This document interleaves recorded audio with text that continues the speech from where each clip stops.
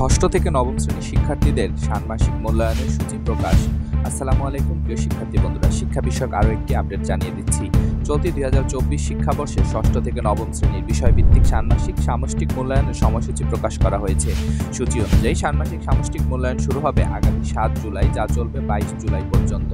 বুধবার 8 মে মাধ্যমিক ও উচ্চশিক্ষা অধিদপ্তর মাওসী সহকারী পরিচালক জিয়াউল ফায়দার হেনরির সই করা আদেশে এই তথ্য নিশ্চিত করা হয়েছে। আদেশে বলা হয়েছে, 2024 শিক্ষাবর্ষে সারা দেশে মাধ্যমিক পর্যায়ে সব শিক্ষা প্রতিষ্ঠানে ষষ্ঠ থেকে নবম শ্রেণীর নতুন জাতীয় শিক্ষাক্রমের আলোকে প্রণীত পাঠ্যপুস্তক ও অন্যান্য শিক্ষণ সামগ্রীর মাধ্যমে শিক্ষণ কার্যক্রম পরিচালনা করা হচ্ছে।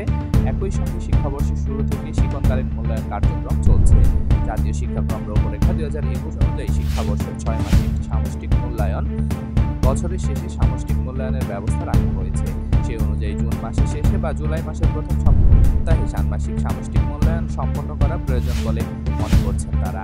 এতে আরও বলা হয়েছে, 2024 শিক্ষাবর্ষের প্রথম জাতীয় নির্বাচন, তীব্র শৈত্যপ্রবাহ এবং পবিত্র রমজান ও ঈদ উল ফিতরের প্রচণ্ড তাপপ্রবাহের কারণে শ্রেণী কার্যক্রম বিঘ্নিত হয়েছে। তাই জুন মাসের শেষে ঈদ উল আজহা ও গ্রীষ্মকালীন ছুটি থাকায় ষান্মাসিক সামষ্টিক মূল্যায়ন 7 জুলাই থেকে শুরু করা হবে।